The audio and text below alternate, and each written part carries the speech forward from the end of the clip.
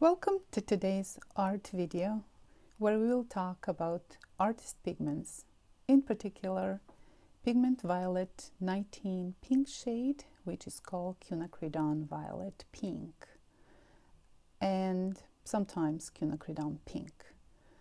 So this pigment has two different hues. Pigment violet 19 has pink shade, which is the one we are talking today about, and it has another hue which is purple violet version of it. Both are marked as pigment violet 19, but they do have two different hues and they are quite different. Today we are talking about Quinacridone Violet, which is pigment violet 19 pink shade. It is one of the most saturated and at the same time light fast pigments which exists nowadays.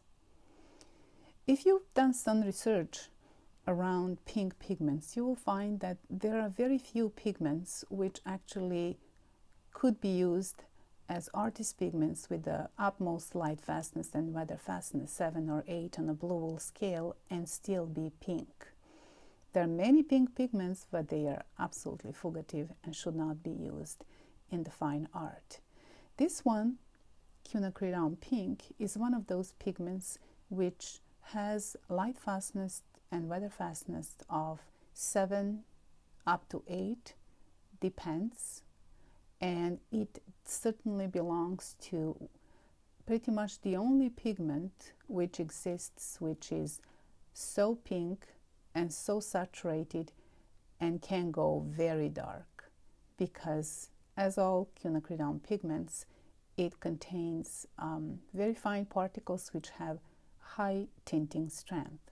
So if you are an artist who creates vibrant paintings, being it landscapes or florals or even portraits, I'm sure this pigment will find very valuable place in your palette. Now, when it is in the paint form, like here, it is of course looking dark, but once you apply it on the paper, it has those glowing various shades of pink. It can go value-wise from, of course, very light to probably 5 or 6 on the scale of 1 to 10, 1 being the lightest and 10 being the darkest. It has very transparent properties and to some degree quite staining properties. As you can see, pigment particles are very small and light, and it's one of those pigments which is ideal for layering, for being applied at the beginning in the bottom layers of the paint, and then when you apply in the watercolor subsequent layers, it is not going to get washed away. It will still stay incorporated into pores of the paper, and then it can absorb additional pigments at the top and provide that inner glow from the bottom up. It is not granulating, it is staining, which means it is not easy to lift up. Once applied, it is going to stay there. So if you would like to get diffused edges in watercolor, it's always a good idea to pre-wet that paper and then apply pigment, and then you will have those diffused edges. If you're counting on, okay, let me apply this pigment now and I will soften with a wet brush the edge later, it is not going to work that well with this pigment. You would need to plan ahead, and then you will get that soft edge right at the time of application. After that, of course, there is some degree it could be softened, but not to the big degree as some other heavy and easy to lift pigments are. Now, I would like to show you here where that pigment could be used and what that does to the painting. In this section here, where there is in one of my paintings need to have a light which glows through the petal, contrasted with shadow areas which in this case are more bluish and purplish. This Pigment Violet 19 pink shade, Quinacridone Violet, provides excellent glow in the petal. And knowing that it is going to be light fast and it will have desirable archival properties and light fastness and weather fastness and stand test of time is very important to me. So that's why when I need to use glowing pink pigments which have wide range of values, staining properties, and cannot be easily lifted, so I can apply them in the initial watercolor layers, I always choose this Quinacridone Pink Pigment Violet 19 pink shade.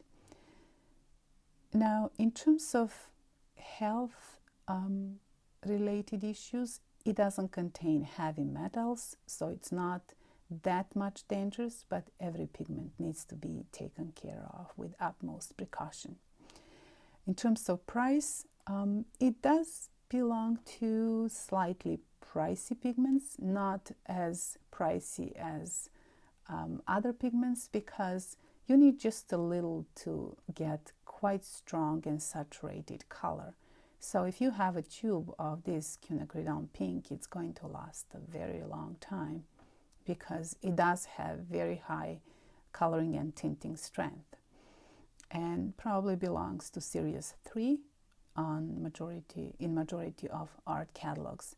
So it is extremely valuable, especially if you paint florals and you desire to get that inner glow in the painting from within outside. I personally use it very often in the initial stages of the painting, where I can identify that pinkish glow under in the petals, in the skin, in various objects and subjects, porcelain, still life, and so on. And then I can build on that hue and that intensity in subsequent layers, knowing that this one is not going to get lifted.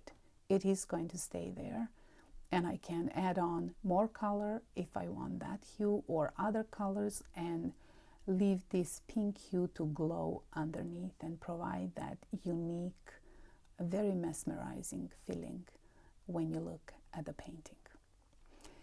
Thank you for watching. That will be all for today. See you in the next one, and have a great day.